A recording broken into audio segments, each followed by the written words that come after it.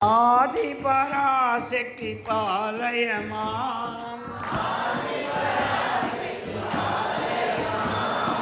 ఆదిపరాశక్తి పాలయ మాం,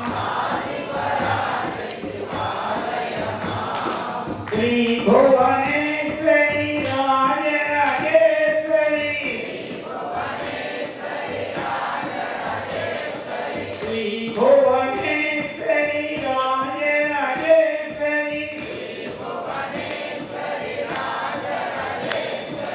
ఆనందరూపిణి పాలయ మాం, పరమానందరూపిణి పాలయ మాం,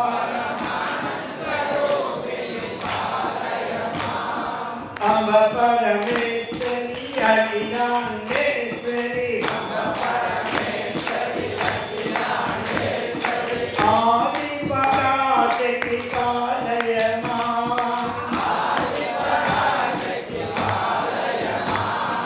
శ్రీ లలితేశ్వరి చిద్రూపేశ్వరి,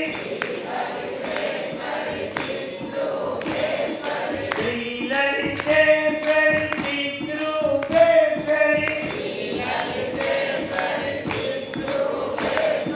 శ్రీచక్రవాసిని పాలయ మాం,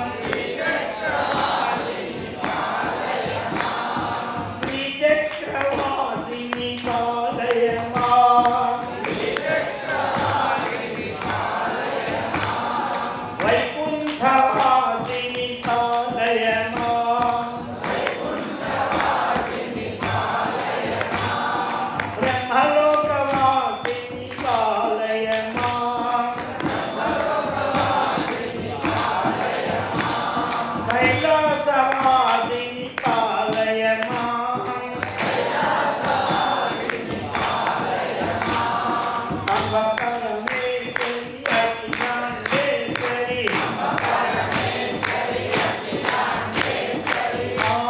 ఆదిపరాశక్తి పాలయ మాం, ఆదిపరాశక్తి పాలయ మాం, గోపాలకృష్ణ భగవానికి సద్గురు మహారాజుకి జగదంబ మాతాకి హర నమః పార్వతీ పతే. పవిత్రాత్మ స్వరూపులకు పురాత్మ బంధువులారా, పవిత్రమైనటువంటి ఈ పుణ్యక్షేత్రంలో మరి వాతావరణం కూడా మనకి వేడి లేకుండా చల్లగా, ఏసీ లేకుండా ఏసీగా అది కలిసి వచ్చిన అదృష్టం అంటారు. ఆ విధంగా మరి దివ్యంగా భవ్యంగా ఒక రోజు జరిగిపోయింది. ఇక రెండవ రోజు మూడవ మహాసభలో మనమందరం పాల్గొన్నాం. భగవంతుడు భగవద్గీతలో ఏం చెప్తాడు? అదృక్ష లాభ సంతుష్టో, చెప్పండి మీకు వచ్చి కదా శ్లోకం, ద్వంద్వాతీతో విమత్సర సమసిద్ధావ సిద్ధౌ చ కృత్వాపి నా నిబధ్యతే. ఏమి ఆ మొక్క గీసరికి మీరు చెప్తూ ఉంటుండా అది అప్పటికేంత బాగా వచ్చినట్టు ఏం భయలే. నేను మొదటి రోజునే చెప్పేస్తున్నా, తప్పు వచ్చినా ఒప్పు వచ్చినా 100 మార్కులు నేను. కాబట్టి కాబట్టి సంతుష్ట సతతం యోగి. యోగి చూసారా ఏం పేరు పెట్టారు భగవంతుడు? యోగి అని భాష. అందుకే తస్మాత్ యోగి భవ అక్కడ వస్తుంది. యోగి అంటే ఎవరు? గెడ్డాలు ఎంతవరకు ఉన్నవాడు యోగి, గుండె గీంచుకున్నాడు యోగి, సందేహం వస్తాయి. కాబట్టి యోగ ఎస్య అస్తి ఇది యోగి. యోగం ఎవరి దగ్గర ఉంటే వాడే, దమం ఎవరి దగ్గర ఉంటే వాడే, గుణం ఎవరి దగ్గర ఉంటే వాడే, బలం ఎవరి దగ్గర ఉంటే వాడే. అదే అనమాట. చేత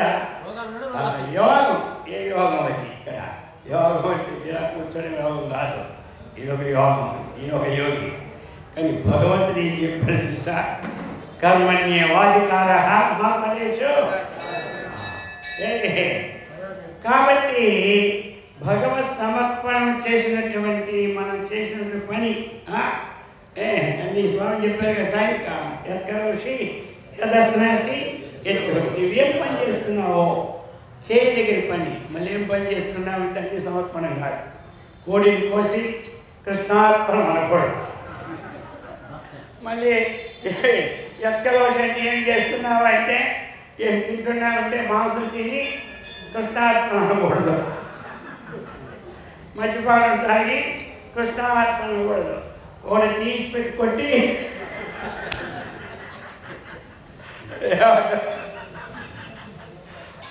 డబ్బు ఇస్తావా సస్తావా లాక్కొని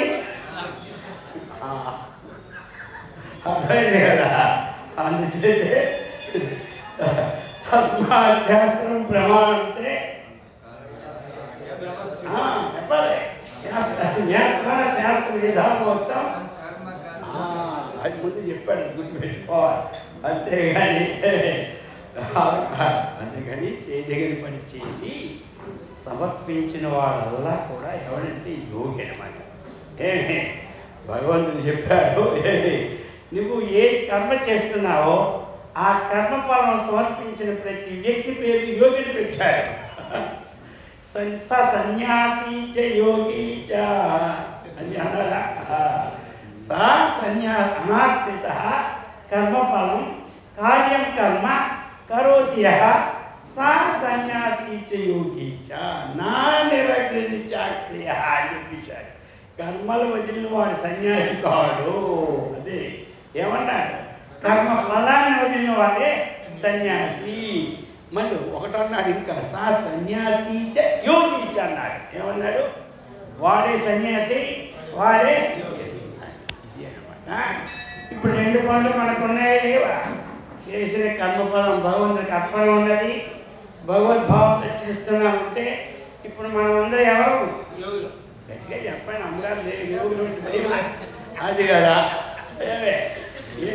మళ్ళీ యోగులు అంటే ఎన్నిసార్లు యోగి కావడమే గొప్ప. యోగి కావడమే గొప్పవాడు. అందరూ యోగులే.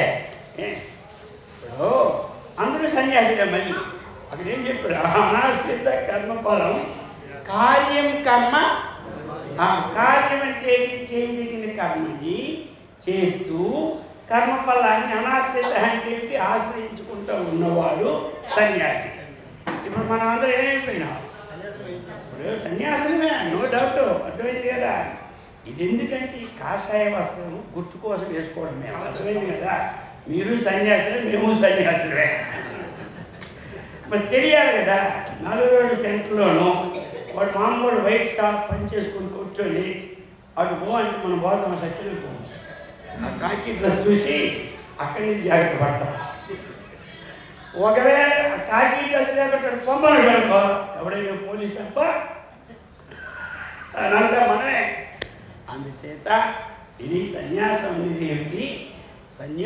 సన్యాస్య శ్రవణం, సన్యాసం నిర్మలం జ్ఞానం. ఈ జ్ఞాన సంపాదనకి ఏమి అటు ఇటు పోకుండా చేసుకోండి సన్యాసం. ఇప్పుడు మా సన్యాసం వేసుకోవాలి. ఎందుకు వేసుకుంటాడు? మా రక్షణ. అర్థమైందా? ఇది ఎవరి రక్షణ? ముందు మీ రక్షణ కాదు, తర్వాత మీ రక్షణ. ముందు మా రక్షణ.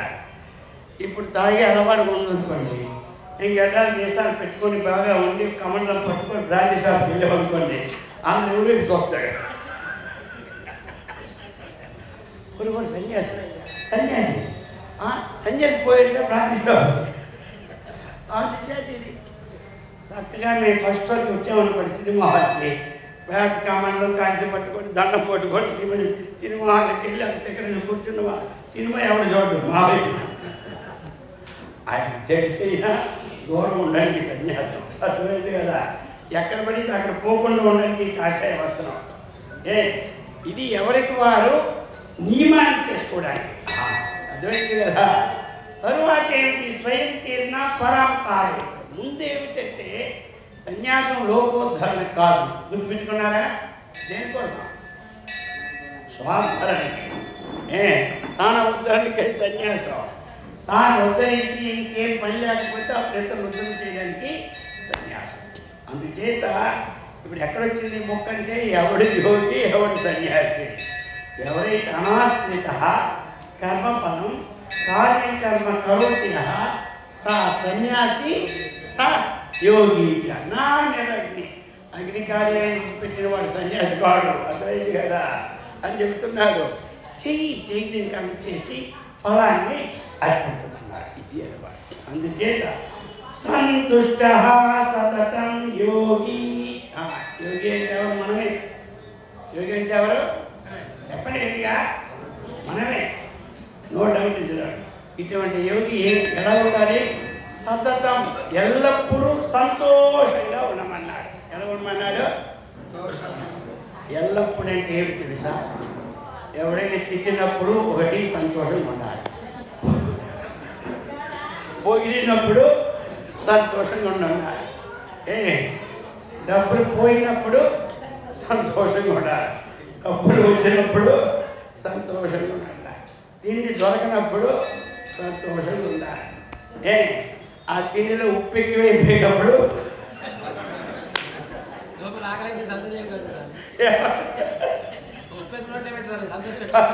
ఉప్పు ఎక్కువైపోయింది మేము ఏం చేస్తాం తెలుసా? శుభ్రంగా నీళ్ళు పోసేస్తాం దాచిపోతా. ఇంకేం చేస్తాం? ఓ జరిగిపోయి ఉప్పు ఎంత ఉంటుందంటే బాబు నోటి ఎట్లా. అప్పుడు ఒక గ్లాస్ నీళ్ళు తీసి ఆ పక్క మా గ్లాస్ కాగిపెట్టి నీళ్ళని ఒప్పుకొని ఏం చేస్తాం కదా. ఇక అందుచేత సతతం అన్నాడని ఎల్లప్పుడూ ఎలా ఉండాలి? మనం సంతోషంగా ఉండాలి. అది ఎందుకంటే కర్మఫలాలు నిశ్చయం అయిపోయినాయి. అవి దుఃఖపడినా వెనక్కి పోవు మన ఫలాలు, సంతోషపడినా చెప్పండి వెనక్కి పోవు. అనిపించవలసిన కర్మఫలం ఏచినా పోదు, నవ్వినా పోదు. ఎందుకు ఏడుపడిన దండగా ఆ నవ్వుతూ ఉంటుంటే సంతోషాత్ అనుత్తమ లాభ అంటాడు పతంజలి. అర్థమైంది కదా? ఉత్తమ లాభం అంటే 10,000 కోట్ల లాభం. అనుత్తమ లాభం అంటే ఏ లాభాన్ని పొందిన తరువాత ఇతర లాభాన్ని ఆశించడో అది అసలైన మాట. అంటే ఆ ఆత్మ లాభాన్ని పొందుతాడని పతంజలి మహర్షి నిన్న మన స్వామివారి ఇప్పుడు ఏమని మాలో ఒకదానికి ఫలం. అందులో సంతోషంగా వాడికి ఏమి లాభం అంటే సంతోషాత్ అనుత్తమ లాభ నైతత్విషయం కాదు ఇది. అందుచేత అది అనుత్తమ లాభం, సంతోషం. అందుకని భగవంతుడు చెప్పాడు సంతుష్ట సతతం యోగి. ఇప్పుడు ఒక ఇద్దరు స్నేహితులు ఉన్నారు. ఆ ఇద్దరు స్నేహితులు రోజు సాయంకాలం 4 గంటలు కూర్చొని 6 గంటల వరకు ముచ్చట్లు వేసుకుంటారు. అర్థమైందా? ఒకరోజు ఈ స్నేహితుడు వెళ్ళేసరికి ఆ స్నేహితుడి ముఖం బాగా వాడిపోయింది అనమాట. ఈ రోజు వెళ్ళిపోయిన కొమ్మలా ఉన్నది ముఖం అన్నాడు. ఎవరు? ఏం చెప్పమంటావు? మరి ఏది చెప్పన్నాడు. నీ ముఖం ఎందుకు వాడిందో, నీ ముఖం ఎందుకు వాడిందో చెప్పమన్నాడు. ఎవరు అంటే అంటాడు 3 సంవత్సరాల కిందట మా బావమర్దికి నేనంటే ఎంత ఇష్టం కాబట్టి ఒక 100 ఎకరాల భూమి నా పేరు రాశాడు. వాడు రాసిన నెల 2 నెలలకి ఏమి హఠాత్తుగా గుండె నొప్పి వచ్చి పోయినాడు. ఆ 100 ఎకరాలు నాకే కలిసింది అన్నాడు. కిందటి సంవత్సరం మా మేనల్లుడికి నేనంటే మహా ఇష్టం. వాడి దగ్గర 100 కోట్లు ఉంటే అది నా పేరు రాశాడు. వాడు మోటార్ సైకిల్ వెళ్తున్న పని వాడు తెచ్చాడు. ఆ 100 కోట్లు నాకే తెలిసింది అన్నాడు. మరిందుకురా ఈ ముఖవాడికి పోయిందంటే ఇంకా 3 రాశారు. ఈ సంవత్సరం ఎవరు చాలలేదు, అందుకు ముఖవాడికి పోయింది. అందుచేత ఇంకే సంతోషం చూసారా? అలా కాకుండా ఎదురిచ్చ లాభ సంతుష్ట అన్నాడు. ఏమి ద్వంద్వాతీత విమర్శన. ఏమి కాబట్టి ద్వంద్వాతీతుడు సుఖ దుఃఖము లాభాలాభములు జయాభిజయం వచ్చినప్పుడు వాటికి బానిసలు మనము కాకూడదు, ఈర్ష్యాభావం ఉండకూడదు. అర్థమైంది కదా?